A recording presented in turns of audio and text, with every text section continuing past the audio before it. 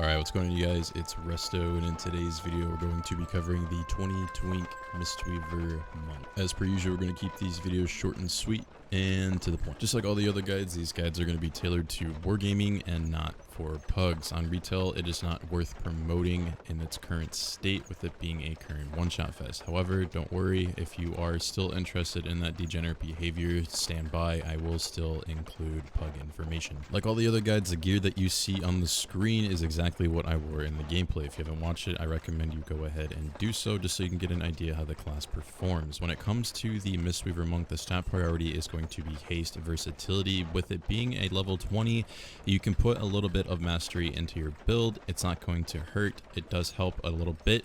The way I went for this is a pure haste verse with a hint of mastery to help with gust of winds, to have that additional healing output when I'm out and doing team fight. If that is something that you do not want to replicate regarding the mastery, you can go ahead and replace the chest piece with the moon glade robe, adding more intellect and versatility, and then changing the neck enchant to mark of the ancient priest just for additional healing on the side. Regarding the pug information, this is honestly what I would roll into the pugs as well. You can go pure intellect or throw in a few intellect, but based off of how the healing is as is, I honestly don't feel like it's necessary. You're going to want the versatility for survivability, just with how hard people hit in those games. Regarding the gems, you're going to go for the purified shadow song amethyst for the wargame set, and then if you want to throw in the pure intellect over the versatility gems, you're going to go for the brilliant ornate ruby.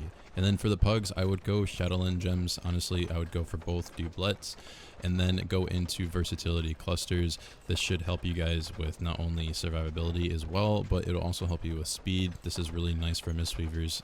Being able to maintain that mobility is huge. Regarding the talents, this is what you're going to run. I'm spec'd into Cocoon, and then I'm going into Revival. You want to run Revival when it comes to Boomies and Warlocks, and when you don't have those classes, you want to go into Restoral. As far as the professions go, you're going into Leatherworking for the leg enchant, and you're going Inscription for the shoulder enchant. When it comes to the playstyle of the Mistweaver monk, it can be a little tricky because positioning, just like all the other classes, and I will preach forever, is everything. When it comes down to actually healing, you want to make sure you're in the backline, kind of mid-range when it comes to melee, and then when you're going to push with your DPS, because you are an O healer at some points, you want to be able to operate with them and coordinate around their CDs, so that way you're not putting yourself into bad positions of getting stunned, CC locked, etc. Your biggest heal, unlike endgame at this level, is going to be Vivify, followed by Enveloping Mist. So the biggest rotation that you're going to be doing, pretty much the only rotation, is casting Soothing Mist, putting on the Enveloping Mist, and then just using Vivify as needed. As the big bursts come in,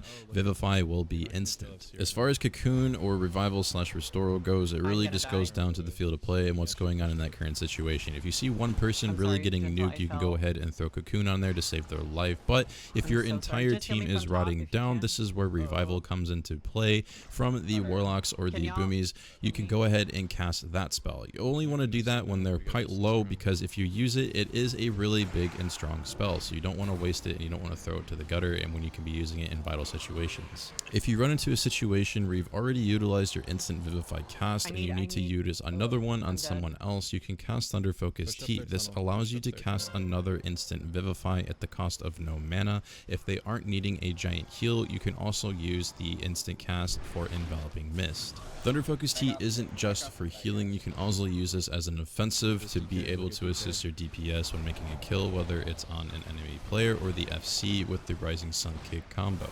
Take note, while you guys are also casting all these spells throughout the battlefield, make sure you're utilizing your mana tea, because you can get carried away and just be sitting at 20 stacks the entire time. With that being said, that is the basics of the Mistweaver, so I'm going to go ahead and wrap up the video here. Hope you guys learned something new and you're able to apply this to the next games that you guys go into.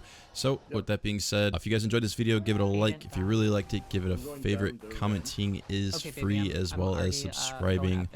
It's been Resto, guys. See you guys next time.